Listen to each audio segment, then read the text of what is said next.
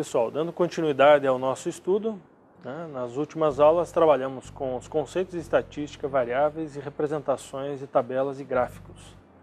Bem, se nós fizermos uma coleta de dados, tivermos, por exemplo, uma lista de salários de uma determinada cidade, será que tem como tirar alguma conclusão observando simplesmente essa lista?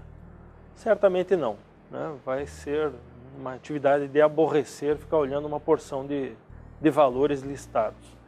Então, nós entramos aqui na parte de estatística descritiva, onde nós vamos ter vários grupos de medidas. Então, os principais grupos de medidas são medidas de tendência central, medidas de posição, medidas de dispersão e depois medidas de assimetria e de curtose.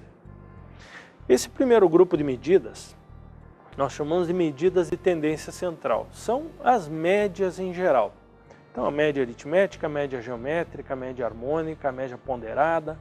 E temos uma medida também que é a moda. Alguns autores classificam como medida de tendência central, outros não. Está aqui por uma facilidade de abordagem. Então, temos aqui uma simbologia, primeiro, para as medidas estatísticas. Nós temos símbolos diferentes quando estamos nos referindo a populações ou quando estamos nos referindo a amostras. Então, por exemplo, o tamanho do conjunto, o tamanho da população é representado pela letra N maiúscula, o tamanho da amostra pela letra N minúscula. Quando trabalhamos com média, a média populacional é representada pela letra grega Mi, e a média amostral é representada por uma letra minúscula, latina, normalmente o X, mas pode ser Y, pode ser J, pode ser qualquer outra letra minúscula com uma barra em cima. Então nós chamamos de X barra, Y barra, como está aí no quadro. A variância populacional é representada pela letra grega sigma minúscula ao quadrado e a variância amostral, o S ao quadrado. Desvio padrão é a raiz quadrada da variância, nós já vamos estudar. É representado pelo sigma minúsculo para a população e pelo S minúsculo na amostra. Temos também as representações de proporção, mas a proporção a gente vai abordar um pouco mais para frente aí. Bem, o primeiro tipo de medida que nós vamos estudar é o conhecido por nós desde a época da segunda, terceira série, quando a gente aprendeu a calcular a média. Eu tenho nota 8 nos 2 primeiros bimestres, tenho nota 7 no terceiro bimestre. Que nota falta para eu conseguir chegar numa média 7 no final do ano? Essa conta nós sempre já sabemos fazer há muito tempo. Então, o que é a média aritmética simples? É a soma dos valores, dividido pela quantidade de elementos que o conjunto tem. Então, um exemplo simples aqui, temos um conjunto aí 12, 35, 27, 66, 49 e 8. Como que eu calculo essa média? Eu tenho 6 números, eu somo estes 6 números e divido por 6. Temos ali a média 32,83. A média vai ter a mesma unidade de medida dos dados originais. Então, se por exemplo nós temos lá, se for um conjunto de valores monetários, a minha média vai ser dada em mesmo valor monetário. Se eu tenho um conjunto de alturas, a média vai ter a mesma unidade de medida da altura. Bem, média geométrica, ela tem uma aplicação para calibração de equipamentos, para algumas aplicações específicas, e aqui nós vamos estudar para conhecê-la. Vejam que existe um símbolo aqui dentro da raiz, que é um π grande. Esse é o símbolo do produtório. Então, como que eu calculo a média geométrica de um conjunto de números? Eu multiplico esses números e tiro a raiz enésima. Por exemplo, eu quero calcular a média geométrica de 3 valores, eu multiplico esses 3 valores e tiro a raiz cúbica. Se eu tenho 5 valores, eu multiplico esses 5 valores e tiro a raiz quinta, e assim por diante. Então, para o nosso exemplo, calculando a média geométrica desses 6 valores, nós tiramos a raiz sexta do produto de todos eles. E temos aí um valor de 25,77. Então, um valor menor do que o da média aritmética. Um outro tipo de média é a média harmônica. Tem algumas aplicações, não tem muitas aplicações na área de negócio, então é um conceito para nós conhecermos aqui. Parece o inverso da fórmula que nós vimos na média aritmética, não é? Ao invés de somar os valores e dividir pelo número de elementos, nós vamos pegar o número de elementos e dividir pela soma dos inversos. Olha só que coisa que parece confusa, né? Mas é mais assustador de olhar do que difícil de calcular. É bastante simples.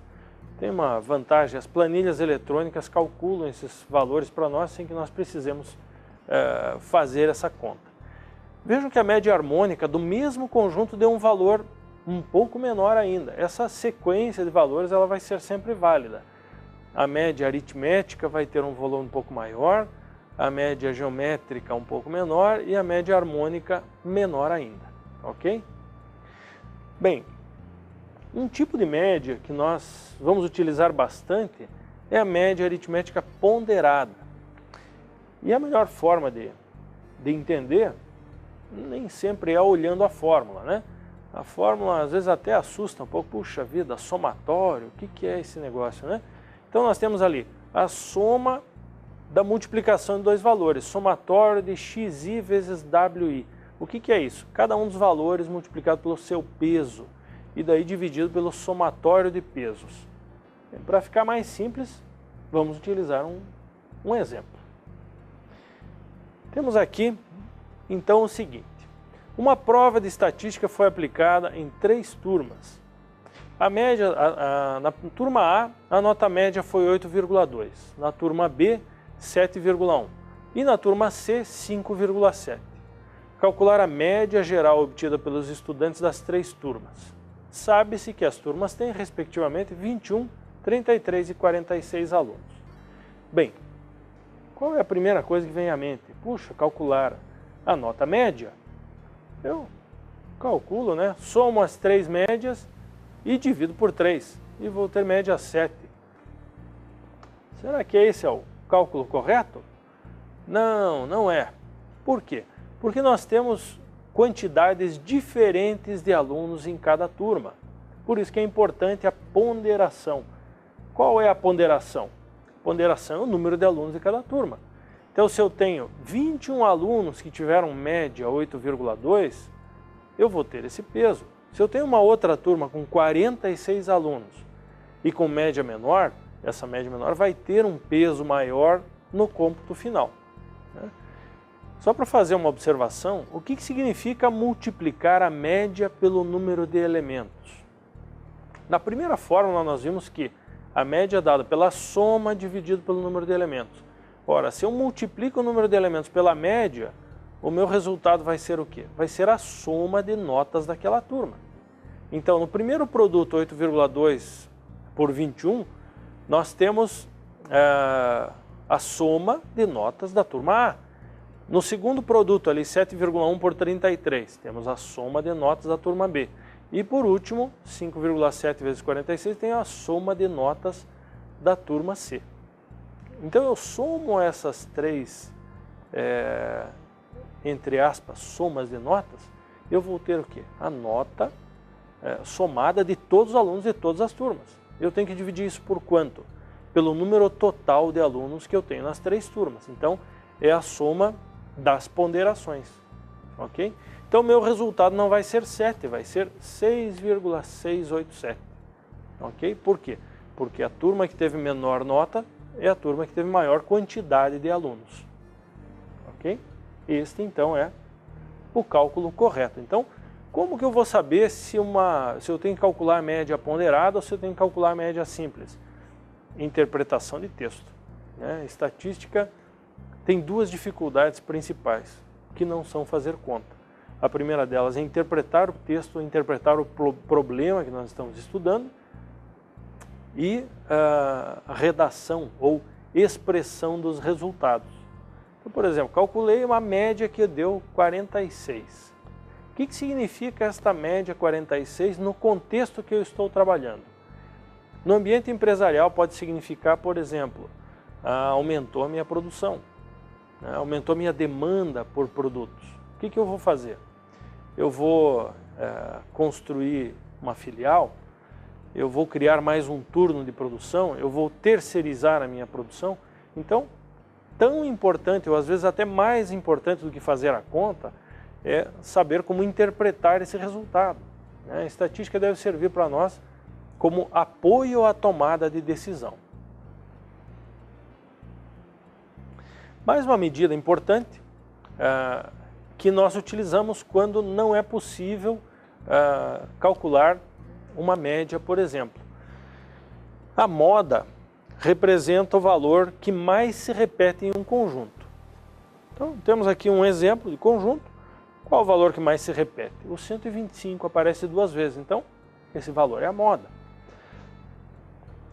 Mas, como já falei, ela é mais utilizada quando nós não temos como calcular média. Então, quando trabalhamos com variáveis qualitativas.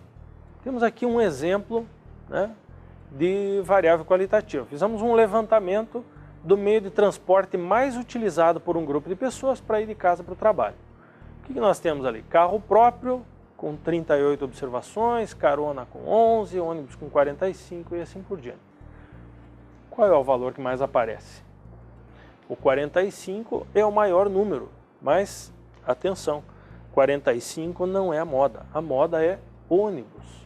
A variável que nós estamos utilizando é uma variável qualitativa e a variável não é o número de repetições, ok? A variável é o meio de transporte, então atenção quando formos fazer exercícios desse tipo.